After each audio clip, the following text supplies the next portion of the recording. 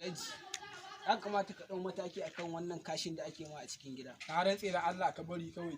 Abin idan ba yana ɗaura yaro ba Allah tsine duk wanda na ƙara ganin yaro cikin gidan nan na ya mun kashi na rantse da Allah ya mutum ya jirgin su. Abin yayi yawa. Abin yayi yawa. Mutum ba mun yayin kuɗi mai gini. Mutum ya zo duk wani bayan da ake shiga ake ta ko mutum ya zo ya kashi a gurin. Ta ba gare na hankali. Abin ya ɓata mu rai. Wallahi sai mutum ya je birsin. Na rantse da Allah. Haba abin yayi yawa. Haba.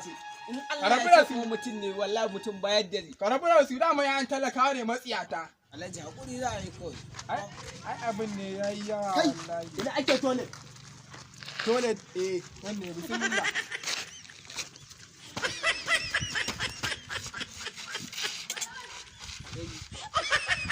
Alhaji wannan ba. Ai toilet ya ce zai ba kashi ba. Wani aka yi bai wuce a nan.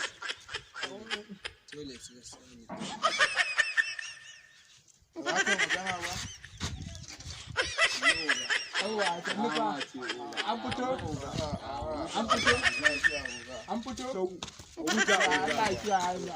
To ka lafiya. Kai baka ji abin da ya ce ba zai je toilet bacin yanzu ka gama haɗa a kan toilet ɗin nan da ake ma. Wannan toilet fe ce fa ba kashi ba illa bai. Haba. Ka ji irin wannan kana ganin wannan da nan ya sanar wallahi daga nan ya lamura. Ka rantse da Allah. To, mu tafi. Allah ya kiyaye. Amin.